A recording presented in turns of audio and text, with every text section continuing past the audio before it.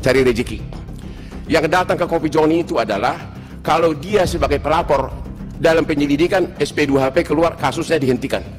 Kalau dia sebagai terlapor, langsung jadi tersangka dan tidak ada upaya hukum. Karena kalau masih dalam penyelidikan tidak ada upaya hukum, tidak boleh pra peradilan.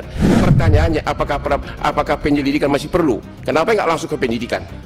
Makanya sebaiknya dalam semua gelar perkara, dalam rekonstruksi, dalam otopsi, semuanya pengacara dikasih hak untuk ikut. Saya datang karena diperintah oleh Ketua Komisi 3 harus datang, ya. Jadi ini perintah nih, suruh datang. Kebetulan memang ada beberapa yang mau saya suarakan. Saya memang selama 43 tahun sebagai pengacara mendominasi perkara-perkara raksasa bisnis. Namun dalam 10 tahun terakhir saya sudah membela rakyat kecil di Kopi Joni dan di Hotman 911. Sudah ribuan saya tolong, entah karena panggilan alam saya nggak tahu. Saya tidak mencari popularitas karena memang saya sudah populer. Yang pertama adalah waktu saya melihat Jokowi di BAP di Polda, pengacaranya duduk di belakangnya. Itu sangat menyedihkan. Pengacara duduk di belakang punggung daripada yang diperiksa. Terima kasih kepada Komisi 3 yang telah memberikan hak kepada tersangka ataupun terlapor ataupun saksi untuk didampingi oleh pengacara selama proses pemeriksaan baik penyelidikan maupun penyidikan. Mudah-mudahan itu tidak berubah. Nggak berubah kan Pak? Kalau perintah Pak Hotman nggak berubah, nggak kita rubah. Ya kalau bisa diperinci lebih lanjut karena memang itu sangat menyedihkan. Selama ini kita antar klien ke KPK, kita disuruh diduduk kayak patung di bawah. Pak Jokowi diperiksa, pengacaranya duduk di belakang. Itu sangat tidak ada harga diri pengacara. Yang kedua, Indonesia ini menurut Bank Dunia 194 juta penduduk miskin dari 280 juta. Berarti 194 juta tidak mampu menyewa pengacara. Jadi pra peradilan itu adalah salah satu kunci utama untuk mengetes apakah KUHP dan dilaksanakan dengan benar. Namun ketentuan mengenai pra peradilan ini masih terlalu umum. Masih terlalu umum.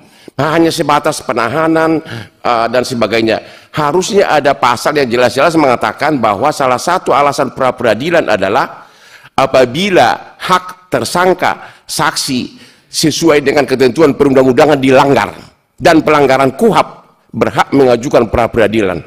Itu akan sangat membantu untuk rakyat miskin terutama. Ya. Yang berikutnya adalah mengenai penyelidikan maupun penyidikan. Penyelidikan adalah ajang paling bagus bagi penyidik untuk cari rezeki. Yang datang ke Kopi Joni itu adalah kalau dia sebagai pelapor dalam penyelidikan, SP2HP keluar, kasusnya dihentikan.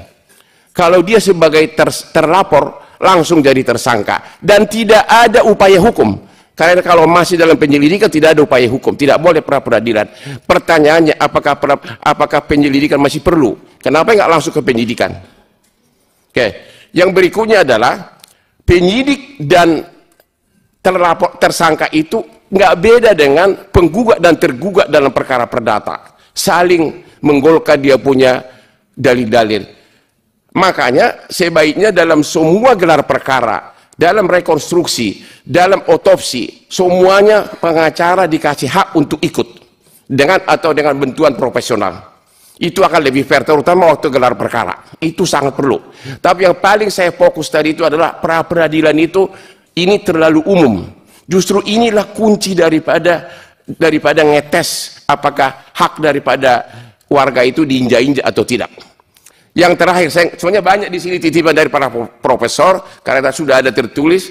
Satu lagi Pak, hampir setiap perkara pidana, terutama yang tersangkanya berduit sampai PK, selalu ada ahli. Akan tetapi di Indonesia ini ahli tidak boleh bicara tentang fakta.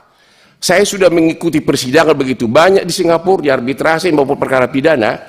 Justru ahli itulah yang paling tepat memberikan pendapat analisa terhadap fakta. Dia yang tahu menerap teorinya terhadap fakta. Soal nanti apakah pendapatnya diakui oleh hakim, itu kan haknya hakim. Jadi sekali lagi agar ditambahkan pasal bahwa ahli berhak memberikan komentar. Ini saya sudah alami langsung 10 tahun lalu di Singapura. Sekarang ini setiap orang PK mendatangkan ahli, tapi dia hanya kayak buat syair aja, ngomong no, habis itu selesai. Tidak pernah diterapkan teori-teorinya itu terhadap fakta kejadian. Itu akan lebih seru dan akan lebih mendalam mengenai kasusnya. Saya kira hanya itu aja. Tolong saya hanya fokuskan pra-peradilannya itu terlalu umum. Rakyat haknya terinjak-injak. Justru itulah kesempatan untuk menghentikan kasus. Jangan hanya soal sah tidaknya penahanan, tapi setiap hak daripada tersangka maupun saksi yang dilanggar menurut peraturan perundang-undangan ataupun yang melanggar KUHP berhak sebagai alasan pra-peradilan. Itu baru Komisi 3 menjadi pahlawan. Jangan lupa, yang datang ke Kopi Joni itu dulu-dulunya berkuasa loh Pak.